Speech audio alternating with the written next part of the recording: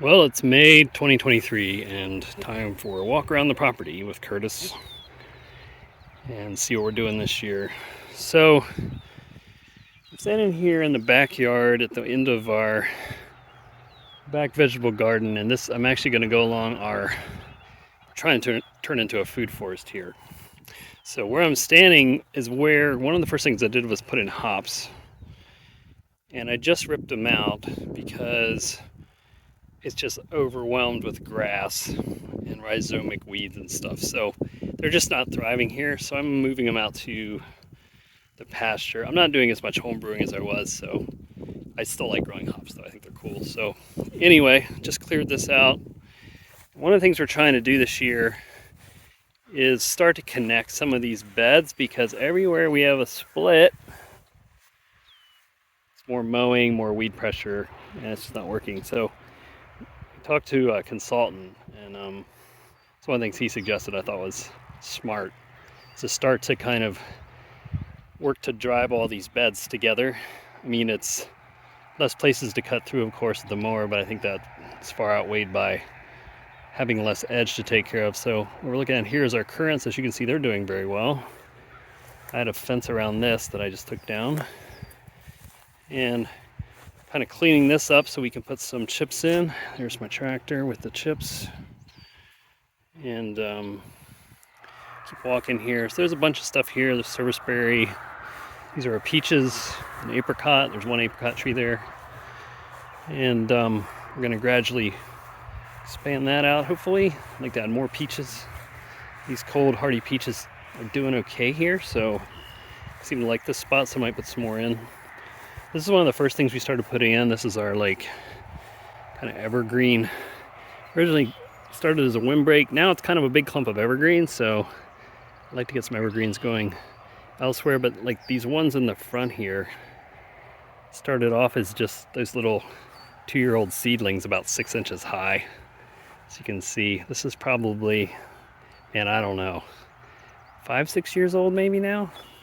Nice set of redwood dogwood there that we just planted last year. They're thriving, doing well, really pretty in the winter.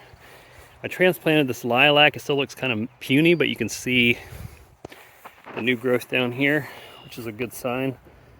It wasn't doing well in the other location, so hopefully it'll start to catch up now.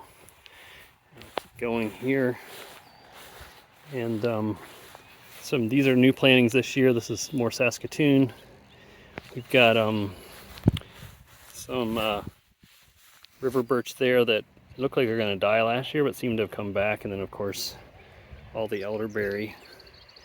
Let me turn behind me here towards the house. This is like a continuously wet area. It's where the perimeter drain comes out, and so we decided to turn this into like a bog garden and put plants here that really like a lot of wet. So there's a cottonwood tree, there's a cranberry there, and we're going to gradually expand and fill this into, hopefully, maybe eventually that like extends all the way into this one. That's like 5 years maybe, but that would be pretty sweet. If you go back through here, these are some elderberry sticks I threw in the ground, and I actually put fabric down this time, and they loved it. You can see they're doing great. These were little twigs last year. So trying to get enough elderberry to stay ahead of the birds because they like them too. This is interesting. This is a Chinese chestnut. Actually, it's doing better than it looks like it is. We had a frost, late May frost, the other night, and all the fresh growth on some of these plants obviously didn't like that very much. So that's what it looks like. I think it's going to come back, but we'll see. So now I'll keep walking over towards, this is kind of one of our original food forest areas, and it's really starting to look like something. We just weeded it, mulched it, planted more stuff. So this is a mix of Saskatoon and bush cherry mostly. There's a nice big bush cherry. Hoping we actually get some cherries this year. The birds tend to eat them all, and the deer like to munch this down, which is why this is fenced. This looks a lot better this year. It's starting to get some size on it, so Once again, the goal is to have enough of these. We get to eat some of it and the birds don't get it all and the deer don't browse it all down.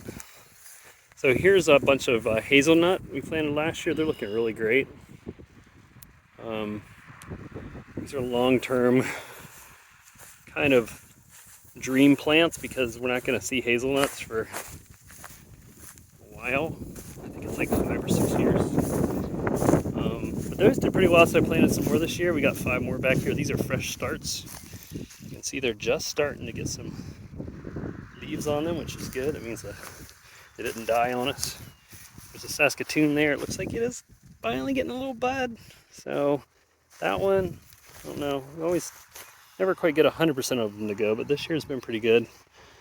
Some aronia there. So yeah, this is really starting to turn into something. Pretty happy with this. And so this is like, you know, just for reference, looking up towards the house. So it's down at the bottom of the lawn here. So stop there and I'll pick it up at a different spot.